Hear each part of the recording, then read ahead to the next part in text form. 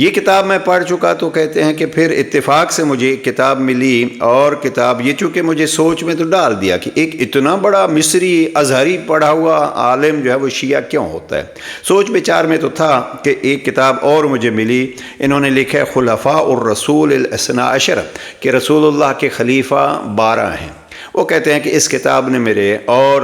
سوچوں کو بدل دیا۔ اب اس کتاب کے مصنف کا نام انہوں نے نہیں لکھا، اس لیے ہم اس کتاب کی وضاحت میں نہیں جاتے، لیکن اس موضوع پہ بہت ساری کتابیں موجود ہیں۔ خلفاء الرسول اثنا عشر یعنی پیغمبر اکرم کے خلیفہ 12 ہی ہیں۔ یہ کہتے ہیں ان دو کتابوں نے مجھے فکر اہل بیت کے قریب کر دیا، اور پھر کیا ہوتا ہے کہ منصورہ کے ساتھ ان کا تعلق تھا، وہیں ان کا میڈیکل کیا۔ فرماتے ہیں کہ منصورہ یونیورسٹی میں کتابوں کی ایک نمائش لگی، اور اس نمائش میں ایک مجھے تیسری کتاب ملی، اور اس کتاب کا نام تھا الامام جعفر الصادق، اور یہ ایک سنی اسکالر کی کتاب تھی جن کا نام ہے عبد الحلیم الجندی۔ یہ کتاب نیٹ پہ موجود ہے، اور ہم نے اس کے بہت سارے حصے پڑھے ہیں۔ یہ 388 صفحات کی کتاب ہے، اور یہ مصر سے ہی 1977 میں شائع ہوتی ہے۔ یہ کتاب اور دلچسپ ہے، اور اس کتاب میں انہوں نے لکھا ہے کہ میں نے 1945 میں جناب امام ابو حنیفہ پہ کتاب لکھی تھی، اور پھر امام مالک پہ، امام احمد ابن حنبل پہ وہ کتابیں لکھتا رہا، اور پھر ایک وقت آیا کہ فقہ میں سے ایک فقہ اور بھی ہے، اور اس فقہ کا نام ہے فقہ جعفری۔ تو چونکہ یہ شیخ شلتوت نے ازہر میں فقہ جعفری کو رواج دیا تھا، اور ازہر یونیورسٹی تک بھی یہ فقہ جعفری پہنچی تھی شیخ شلتوت کے فتوے کے وجہ سے۔ بہرحال وہ کہتے ہیں کہ میں نے یہ جناب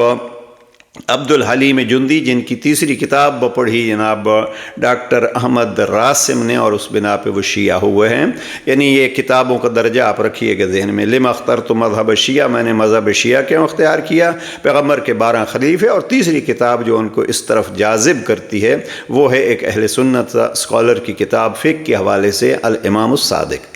اب الامام الصادق کو میں دیکھ رہا تھا، الامام الصادق میں جو انہوں نے عبد الحلیم الجندی نے زور دیا ہے، وہ کہتے ہیں کہ 4 امام جو فقہ کے امام ہیں ہمارے، ان چاروں کے چاروں فقیہ اور امام یا ڈائریکٹ یا ان ڈائریکٹ امام جعفر صادق علیہ السلام کے شاگرد ہیں۔ اور پھر یہاں سے یہ کہتے ہیں کہ یہ وہ گھرانہ ہے جو راسخون فی العلم ہیں۔ میں خلاصہ اگر اپنی گفتگو کا یوں کروں تو یوں کر سکتا ہوں کہ جناب احمد راسم النفیس کو جس چیز نے در اہل بیت پہ لا کے کھڑا کر دیا، اور انشاءاللہ ایک ویڈیو میں ہم اس پہ گفتگو کریں گے کہ انہوں نے پھر توحید سیکھی ہے اس گھر سے، کس گھر سے، جو راسخون فی العلم ہیں۔ اور پھر کہتے ہیں کہ جناب امام جعفر صادق علیہ السلام کے فقہ کے علاوہ الہادی ملحد مذہب کے لوگوں سے جو مناظرے اور گفتگو ہوئی، اور جو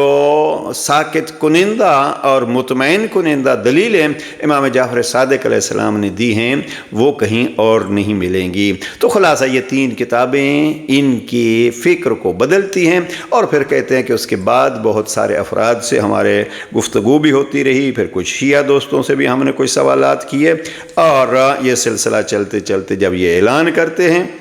تو اعلان کے بعد ظاہر شیعیت اس دور میں بھی ایسا ہے کہ شیعہ ہونا ایک جرم ہے۔ البتہ شیعہ جوانوں سے گزارش کروں گا کہ اس جرم کو فخر سمجھتے ہوئے اپنے آپ کو علمی اور نظریاتی طور پر مضبوط کیجئے۔ بہرحال یہ پھر جب شیعہ ہوتے ہیں تو ان کی کتابیں ہیں بہت ساری، جیسے عرض کیا 30 کتابیں ہیں۔ نیٹ پہ جو کتابیں میں نے خود پڑھی ہے جو کتاب ان کی، یہ کتاب ہے عقیدۃ التوحید فی مدرسۃ اہل البیت، اور اس پہ ہم انشاءاللہ الگ ایک ویڈیو بنائیں گے، عقیدۃ التوحید فی مدرسۃ اہل البیت، جس سے بہت متاثر ہوتے ہیں کہ مذہب اہل بیت کا عقیدہ توحید کیا ہے، اور اس سے پھر انہوں نے کوئی درجن بھر حوالے نہج البلاغہ کے دیے، جناب امام حسین علیہ السلام کی دعائے عرفہ کے دیے۔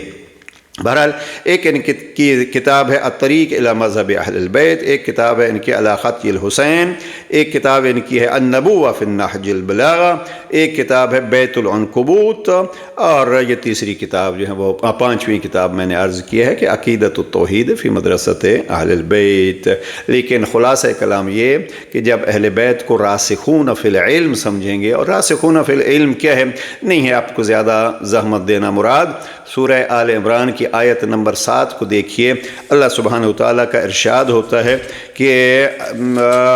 آیات متشابہ ہوتی ہیں اور محکم ہوتی ہیں، تو وما یعلم تأویلہ، اور ان کا حقیقی مطلب نہیں جانتا الا اللہ، مگر اللہ، والراسخون فی العلم، اور مضبوط علم والے۔ میرے سامنے یہ سعودیہ کا پرنٹ شدہ ترجمہ جناب شبیر احمد عثمانی کی تفسیر کے ساتھ ہے۔ اب یہاں جناب شبیر احمد عثمانی نے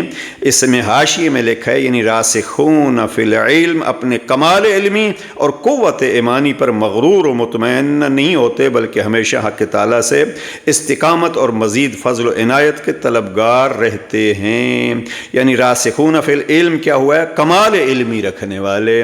مضبوط علم رکھنے والے، یا اس ترجمے کے مطابق ہے مضبوط علم والے۔ لہٰذا آئیے کوشش کریں اہل بیت یہ مضبوط علم والوں سے علم لیں، اور علم میں سر فہرست علم کا نام ہے علم توحید۔ یعنی خدا تب ہی ملے گا جب وہ اس دروازے پہ آئیں گے جس کو پیغمبر اکرم صلی اللہ علیہ وآلہ وسلم نے دروازہ کہا ہے، اور وہ ہے ذات علی ابن ابی طالب۔ والسلام علیکم ورحمۃ اللہ وبرکاتہ۔